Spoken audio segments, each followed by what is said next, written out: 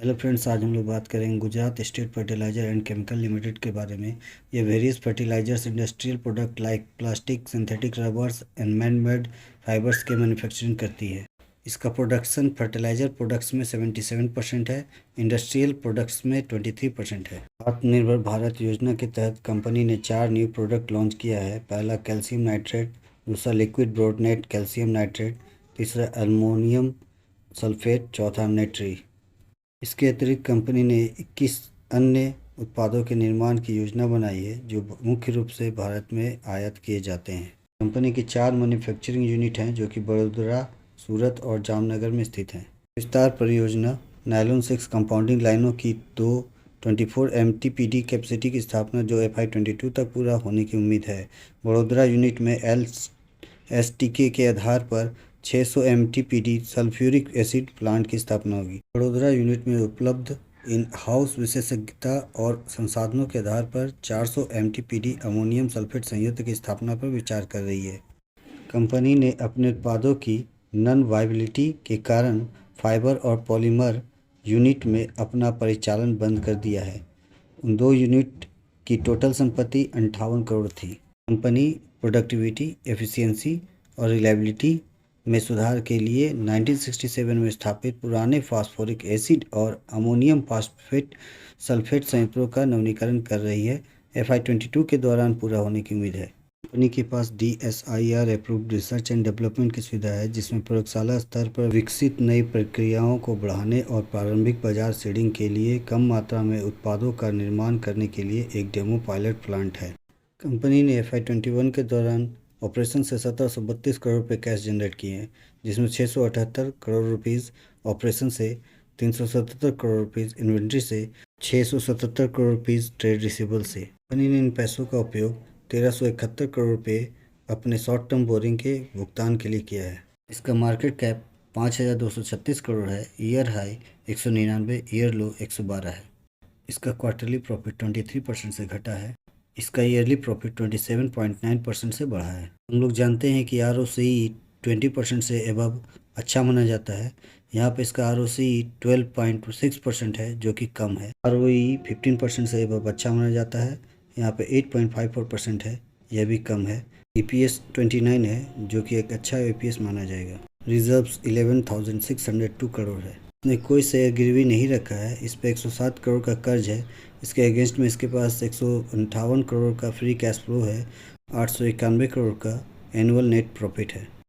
Company अपने 107 करोड़ के कर्ज को अपने फ्री कैश फ्लो या अपने एनुअल नेट प्रॉफिट से जब चाहे चुका सकती है, इसलिए इस स्टॉक को हम लोग डेट फ्री ही कंसिडर करेंगे। इसका सेक्टर PE 14.1 है जबकि स्टॉक PE 4.47 है। इससे यह पता चल रहा है कि यह स्टॉक अभी बहुत सस्ते वैल्यूएशन पे मिल रहा है। अगर किसी स्टॉक का PEG रेशियो 1 से कम हो तो स्टॉक का वैल्यूएशन सस्ता माना जाता है।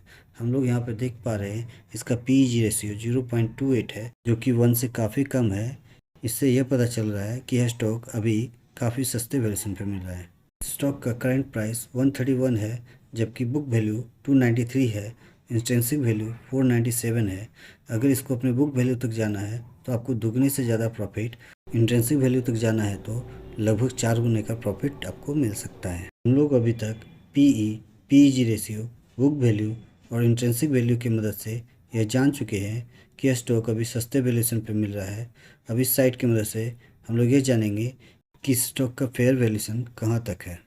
131 के नीचे अट्रैक्टिव, 132 से 211 तक वेरी अट्रैक्टिव, 212 से 374 तक फेयर वैल्यूएशन है। इसका 10 ईयर सेल्स ग्रोथ 5% है। 10 ईयर प्रॉफिट ग्रोथ 1% है। CAGR 10 year 6%, return on equity 10 year 7%। इसका क्वालिटी एवरेज है 28 कंपनीज में रैंक 8। फाइनेंशियल ट्रेंड पॉजिटिव है, पॉजिटिव 16, नेगेटिव -2। इसका हाईएस्ट मूविंग एवरेज प्राइस 145 है, लोएस्ट मूविंग एवरेज प्राइस 127 है। इसका 1 मंथ का डिलीवरी वॉल्यूम 34% से बढ़ा है। 1 डे का डिलीवरी वॉल्यूम 48% से कम हुआ है। इसने 3 इयर्स में 85% का पॉजिटिव रिटर्न्स, 5 इयर्स में 5% का नेगेटिव रिटर्न्स, 10 इयर्स में 84% का पॉजिटिव रिटर्न्स दिया है। यह एक हाई बीटा स्टॉक है। हाई बीटा स्टॉक मार्केट के कंपैरिजन में ज़्यादा चल सकते हैं, मार्केट के कंपैरिजन में ज़्यादा गिर सकते हैं। यह स्टॉक इंट्रिंसिक वैल्यू से सस्ते वैल्यू से मिल रहा है। यह एफडी से ज़्यादा अच्छा रिटर्न नहीं देता है। यह अच्छा डिविडेंड ऑफर करता है। यह ओवरबॉट जोन में नहीं है, ना ही एएसएम जीएसएम लिस्ट में शामिल है। यह इस साल अभी तक ₹2.5 का डिविडेंड दे चुकी है। इसने कई बार बोनस भी दिया है और एक बार स्प्लिट भी दिया है। प्रमोटर की होल्डिंग यहाँ पर 37% की है। एफआईज यहाँ पे 25% होल्ड करते हैं। एफआईज ने यहाँ पे सितंबर 21 से जून 22 तक लगातार अपनी होल्डिंग को बढ़ाया है। डीआईज की होल्डिंग 8% से 4.5% की रह गई है। अभी इस स्टॉक की चलने की संभावना बहुत नज़र आ रही है।